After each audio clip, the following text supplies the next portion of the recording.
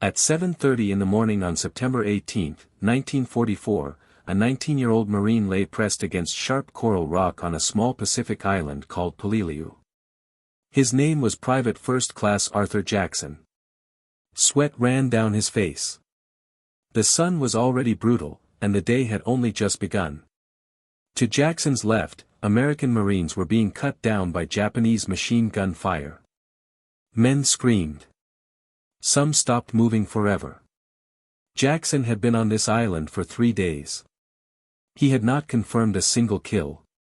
And now, his platoon was stuck. The southern end of Peleliu was a nightmare. Japanese forces had turned it into a fortress. 12 reinforced concrete pillboxes were built in a half-moon shape across the peninsula. Each bunker was thick, solid, and deadly.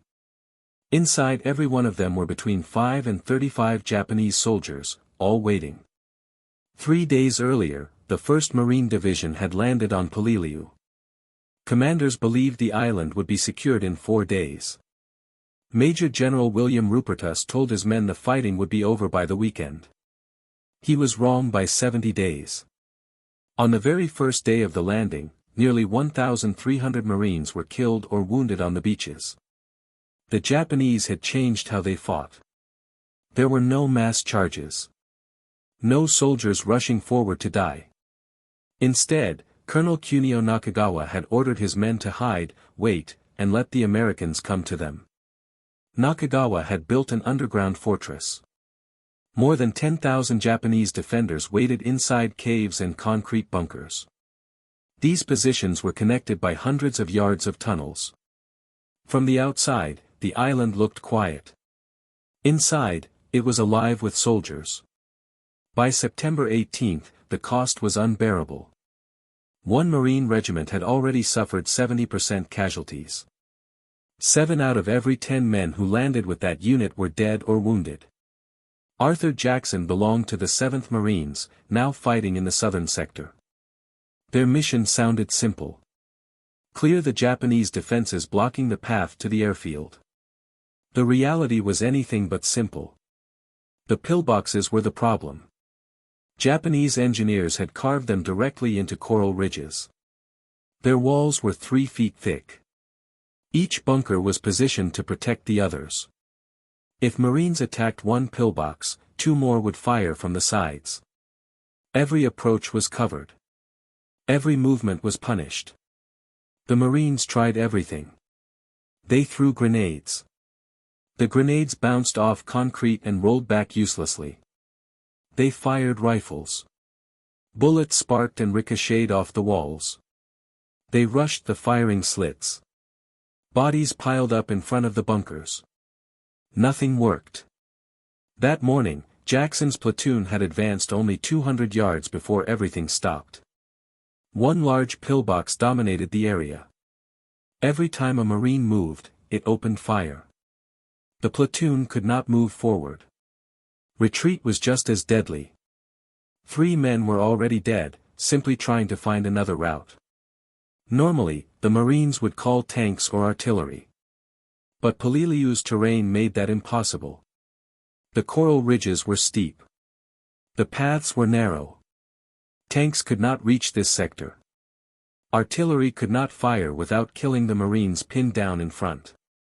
There was only one option left. Someone had to cross 150 yards of open ground. Someone had to reach the pillbox. Someone had to destroy it at close range. The Japanese inside would see everything. They had machine guns. They had rifles. They had grenades. The math was cruel. A man running under combat conditions covers about 15 yards per second. 150 yards meant 10 full seconds of exposure. A Japanese Type 92 machine gun fired 450 rounds per minute. In 10 seconds, one gun could fire 75 bullets. That pillbox had at least 2 machine guns. No Marine should have survived that run. Everyone knew it. The officers knew it. The sergeants knew it. Arthur Jackson knew it. But Jackson also knew something else.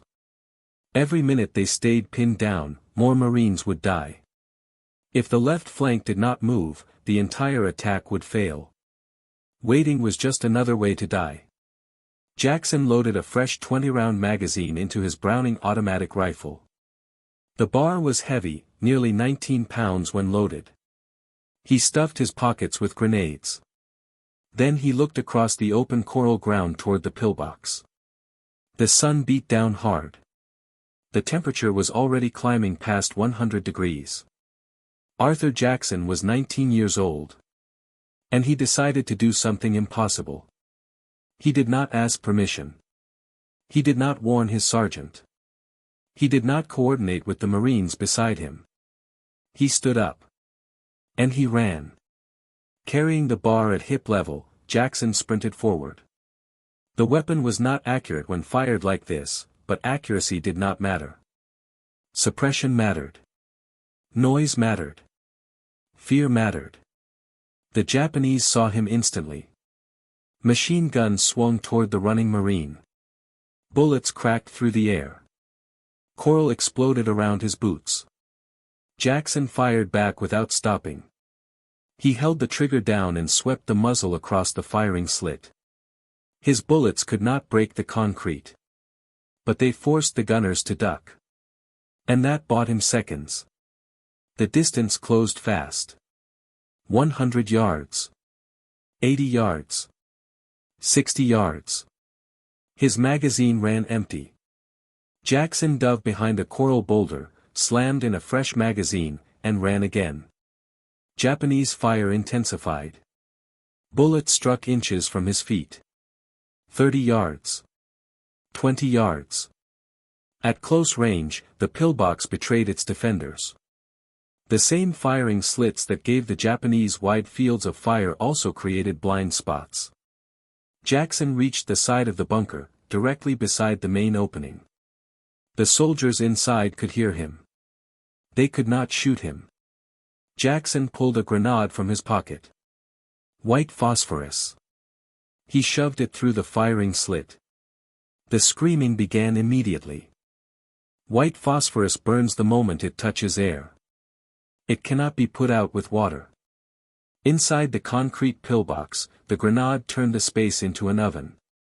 Japanese soldiers screamed as their uniforms caught fire. Men stumbled out of the firing slit, their bodies burning, ammunition belts exploding around their waists. Arthur Jackson did not hesitate. He raised his Browning automatic rifle and fired. His bullets cut them down before they could even lift their weapons. But there were more men inside. The pillbox held nearly 35 Japanese soldiers. Some had fled deeper into the bunker. Others began firing back through secondary openings. The fight was not over. Jackson reached into his pockets again. This time, he grabbed something heavier. Plastic explosive. Another Marine, following behind Jackson's charge, had brought 40 pounds of it. Composition C2. Enough to destroy the bunker completely. Jackson had a short fuse. About 30 seconds. One chance. He shoved the entire charge through the main firing slit. Then he ran. Jackson dove into a shell crater and curled into himself. He pressed his body against the coral and covered his head with his arms. The explosion was massive. The pillbox lifted off its foundation. Concrete slabs, logs, and human bodies were thrown into the air. The blast wave slammed into Jackson's position. Debris rained down from the sky. A chunk of concrete the size of a football landed just inches from his head. When the dust cleared, the pillbox no longer existed. 35 Japanese soldiers were dead. Jackson stood up slowly. His ears rang. His hands shook. But he was alive. 200 yards ahead of him, 11 more pillboxes were still firing on the Marine lines. The logical choice was to return to his platoon. Report success. Let someone else deal with the rest. Arthur Jackson did not make the logical choice. He reloaded his bar. Checked his remaining grenades. and began walking toward the next pillbox. The second bunker sat about 80 yards away. Smaller than the first. 5 Japanese soldiers inside. 2 machine guns covering the approach. This time, there would be no surprise. The explosion had alerted every enemy position in the area. Jackson used the terrain. Peleliu's coral ridges formed natural channels. A man who understood the ground could move between cover without exposing himself to every bunker at once. Jackson had spent 3 days watching how the Japanese defenses worked. He had memorized their blind spots. He approached from the eastern side, where jagged coral blocked the angle of the firing slits. He crawled the last 30 yards on his stomach, dragging the bar over sharp volcanic rock. The Japanese inside heard him. They could not see him. Grenades began flying blindly over the bunker wall. Type 97 grenades. 4-second fuses. Jackson counted the explosions. He waited for the pause between throws. Then he moved. He pressed his back against the concrete wall. His phosphorus grenades were gone. All used on the first bunker. But he still had fragmentation grenades. And he had learned something important. Japanese pillboxes had ventilation shafts. Small openings in the roof meant to clear smoke from weapon fire. Only 4 inches wide. Too small for a grenade. But not too small for a rifle barrel. Jackson climbed onto the bunker roof. He found the shaft. He pushed the muzzle of his bar inside and pulled the trigger. 20 rounds poured into the darkness below. Inside the concrete box, bullets ricocheted off walls and bodies. Japanese soldiers fell where they stood. Jackson reloaded and fired again. Another 20 rounds. When he climbed down, there was no movement inside. 2 pillboxes destroyed. 10 remained. The third and fourth bunkers sat close together. Each one protected the other. If Jackson attacked one, the other would cut him down. It was classic Japanese defensive design. Jackson studied them for a moment. Both bunkers faced southwest, toward the Marine lines. Their firing slits covered wide arcs. But between them was a narrow gap. A corridor only 8 feet wide. Neither bunker could fire directly into it. It was a deadly gamble. Jackson sprinted through the corridor. The defenders had no time to react. He reached the third bunker and shoved his bar into the firing slit. He fired until the magazine clicked empty. Then he threw his last fragmentation grenade inside. He ran to the fourth bunker and did the same. 4 pillboxes destroyed. About 55 Japanese soldiers were dead. Less than 20 minutes had passed. Jackson's bar jammed twice from overheating. The barrel burned his hands even through the wooden grip. His ammunition was almost gone. He had no grenades left. No explosives. A rational man would have stopped. But Jackson saw something through the smoke. Marines from his platoon were beginning to move forward. His attack was working. If he stopped now, the remaining bunkers would pin them down again. More Marines would die. Jackson checked his ammunition. 3 magazines left. 60 rounds. 8 bunkers still standing.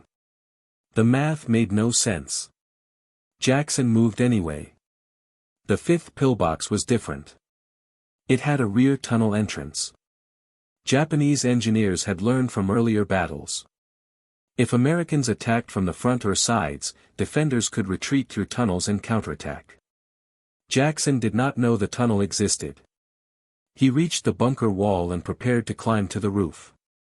A Japanese soldier emerged from the ground 5 yards behind him. The tunnel entrance had been hidden under coral rocks and palm leaves. The soldier lunged with a bayonet fixed to his rifle. Jackson spun and fired from the hip. The rounds hit the soldier in the chest. The man fell backward into the tunnel entrance. But the noise alerted the others. Jackson heard shouting. Boots on concrete. He dropped to one knee and fired into the tunnel. The narrow passage trapped the bullets. Anyone inside was hit. He emptied one magazine in seconds. Reloaded. Fired again. 3 Japanese soldiers lay dead in the tunnel. The 5th pillbox went silent. 5 destroyed. 7 remained. But now, everything had changed. The Japanese knew where Jackson was. They had radios. They had communication lines. Orders were already moving through the tunnel network. Jackson did not know that Colonel Kunio Nakagawa's officers had identified him as the threat. He did not know that the remaining bunkers were being told to concentrate their fire on one target. What Jackson knew was this. Marines were advancing. The Japanese defense was breaking. He could not stop now. Arthur Jackson now stood alone in front of a collapsing enemy line. 5 Japanese pillboxes were gone. Smoke drifted across the coral ridges. Bodies lay scattered around shattered concrete. But the battle was far from over. The Japanese command was reacting.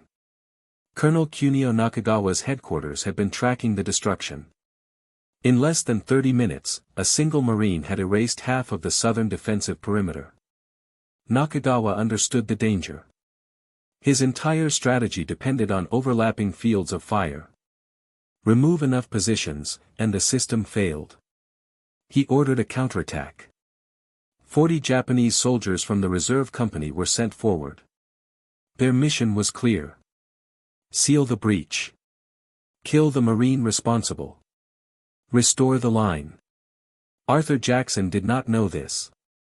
What he knew was that his ammunition was low, and he needed supplies. He moved among the fallen Japanese soldiers, searching their bodies. Their rifles used different ammunition. Useless for his bar. But their grenades were valuable. Jackson collected 7 Type 97 fragmentation grenades. He also found 2 Type 99 magnetic mines, designed for use against tanks. Heavy, awkward, but powerful. He still needed ammunition. Near the 3rd bunker, Jackson found a fallen Marine. The man carried an M1 Garand rifle. Jackson took it. The Garand used the same caliber ammunition as his bar. Slowly, carefully, he stripped rounds from the rifle clips and hand-loaded them into his empty bar magazines. It was slow work. Painfully slow. But it gave him 40 rounds. 2 full magazines. Nearby, a Marine rifle squad reorganized. Their sergeant had been wounded in the shoulder but remained in command. 1 Marine was dead. 2 were wounded. 3 were still able to fight. Jackson and the 3 Marines prepared to move toward the 6th pillbox. Then the Japanese counterattack arrived. 40 enemy soldiers emerged from a tunnel entrance 200 yards to the north. They advanced in 2 disciplined columns. No shouting. No reckless charge. Just trained infantry moving through coral ridges with rifles ready. The Marines saw them first. The squad's bar gunner opened fire. 3 rounds left the barrel. Then the weapon jammed. Coral dust had fouled the mechanism. He dropped behind cover, desperately trying to clear it. Jackson stepped forward. He braced his bar against a coral outcrop and fired controlled bursts. 5 rounds. Pause. 5 rounds. Pause. Every bullet mattered. Japanese soldiers fell. Others dove for cover. Some kept advancing, firing as they moved. The 3 Marines added their Garands to the fight. 8-round clips. Careful aim. The sharp ping of empty clips echoed across the battlefield. Japanese casualties mounted. 10. 15. But more kept coming. Jackson's first magazine ran dry. He reloaded his final 20 rounds. The Marines were nearly out of ammunition. The bar gunner cleared his jam but had only 1 magazine left. Once again, the math turned against them. For Americans. Around 60 rounds. 25 Japanese soldiers still advancing. Then the coral ridge behind the Japanese exploded. Marine rifle platoons poured through the gaps Jackson had created. 40 fresh Marines surrounded the enemy from behind. They had waited. They had maneuvered. And now they struck. The Japanese were caught in a deadly crossfire. Some tried to retreat back into the tunnel. They did not make it. In less than 3 minutes, the counterattack was finished. 40 Japanese soldiers lay dead on the coral. The Southern Reserve was gone. Jackson now had ammunition. He had grenades. And he had Marines ready to follow him. 6 pillboxes remained. Ahead stood the strongest position yet. 3 pillboxes arranged in a triangle. Mutually supporting. Heavily manned. This was the final stronghold on the southern peninsula. Standard doctrine demanded heavy bombardment before such an assault. Naval guns. Aircraft. Mortars. None were available. The Marines would take the position with rifles, grenades, and courage. Jackson organized the attack in under 2 minutes. Hand signals. Quick movements. 3 assault groups. Each would hit 1 pillbox at the same time. Jackson chose the center bunker. The largest. The most dangerous. At 8:47 in the morning, the Marines moved. They had been fighting for over an hour. The temperature was now above 105 degrees. Men were dehydrated. Exhausted. But they kept moving. Jackson's group crossed 60 yards of open ground. Halfway across, Japanese machine guns opened fire. 2 Marines fell in seconds. 1 dead. 1 wounded. The rest kept running. Jackson reached the bunker wall first. He pulled the pin on a Japanese grenade. Counted to 2. Threw it through the firing slit. The explosion silenced 1 machine gun. The second gun kept firing. Marines were dying outside. Jackson threw another grenade. The second gun fell silent. He climbed onto the roof.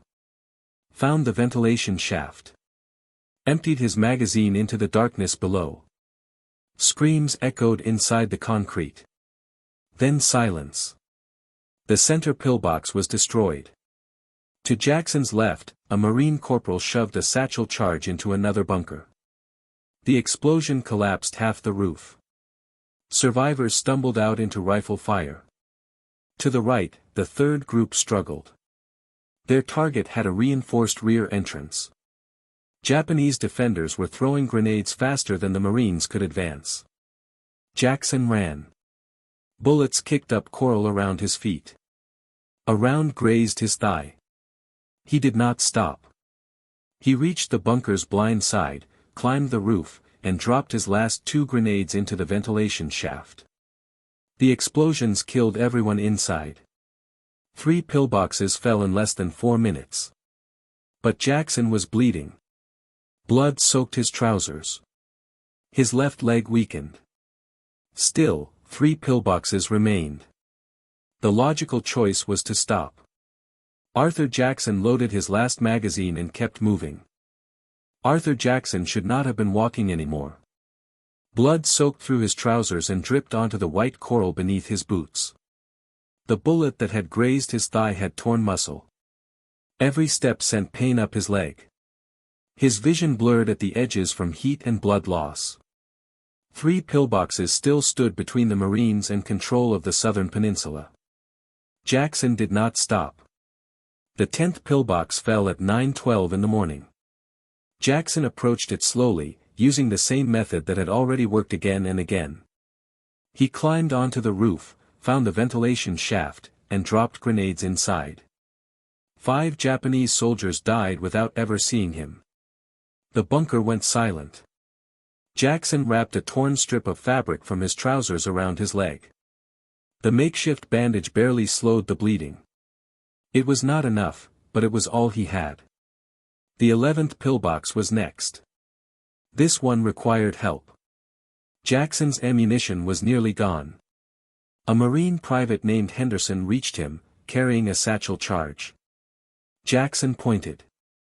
Henderson ran forward under fire and shoved the explosive into the bunker opening. The explosion killed 7 Japanese soldiers. 2 pillboxes remained. The last bunker stood on a small rise overlooking the beach where the 7th Marines had landed 3 days earlier. Since the first day of the invasion, its machine guns had fired on supply parties. At least 15 Americans had died because of that position. The Japanese commander inside knew the end was coming. He had watched 11 pillboxes fall. He understood what was happening. Jackson approached from the northeast. His wounded leg barely worked now. He dragged it more than he walked. The heat shimmered over the coral. Shapes blurred. Sounds felt distant.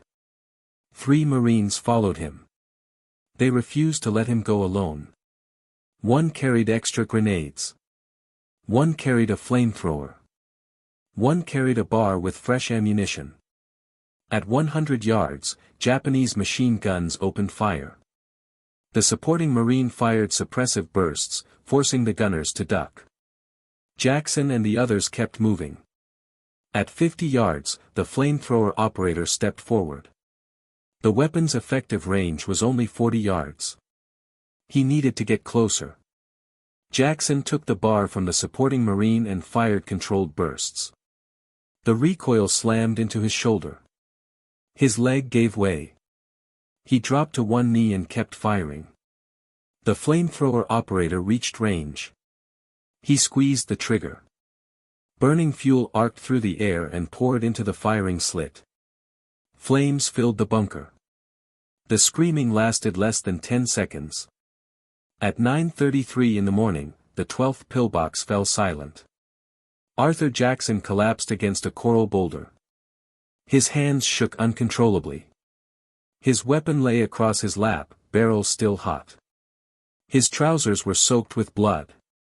In approximately 90 minutes, he had destroyed 12 Japanese pillboxes and killed around 50 enemy soldiers. The southern defensive line was gone. Navy corpsmen reached him within minutes.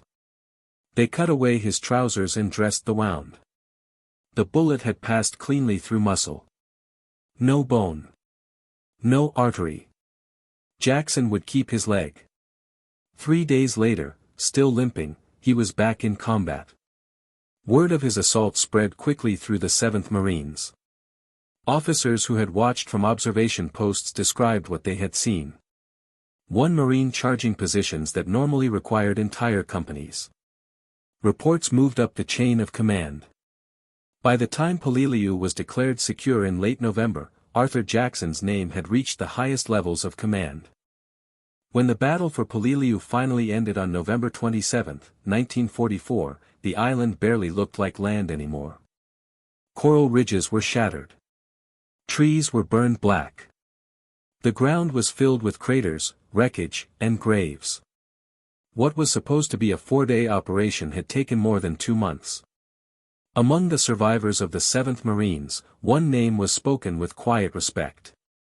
Arthur Jackson. Officers who had witnessed his assault sent detailed reports up the chain of command. These reports described, minute by minute, what had happened on the morning of September 18. 12 pillboxes destroyed. Around 50 Japanese soldiers killed. One Marine acting alone for most of the assault, wounded, exhausted, and still advancing. The paperwork moved faster than usual. By early October 1944, a Medal of Honor recommendation had been submitted. The citation listed every bunker, every action, every risk taken beyond orders and beyond reason. More than a year later, on October 5, 1945, Arthur Jackson stood in the White House. The war was over. Japan had surrendered. Jackson was now 20 years old. President Harry Truman placed the Medal of Honor around his neck and read the citation aloud. He spoke of conspicuous gallantry and intrepidity. Of actions above and beyond the call of duty.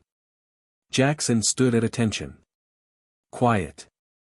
Still limping slightly. Then he went home.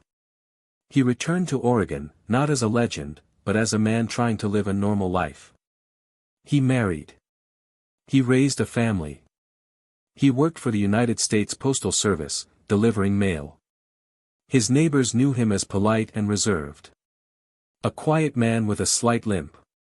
Most of them had no idea what he had done on Peleliu. Jackson stayed in uniform. He transferred from the Marine Corps to the Army Reserve and continued serving through the Korean War era. He trained younger soldiers. He rose to the rank of captain. Still, he almost never spoke about the 12 pillboxes. In 1961, Jackson was stationed at Guantanamo Bay Naval Base in Cuba. The Cold War was at its peak. Tensions were high. Espionage was a constant concern. During this assignment, a Cuban worker named Ruben Sabargo attacked Jackson.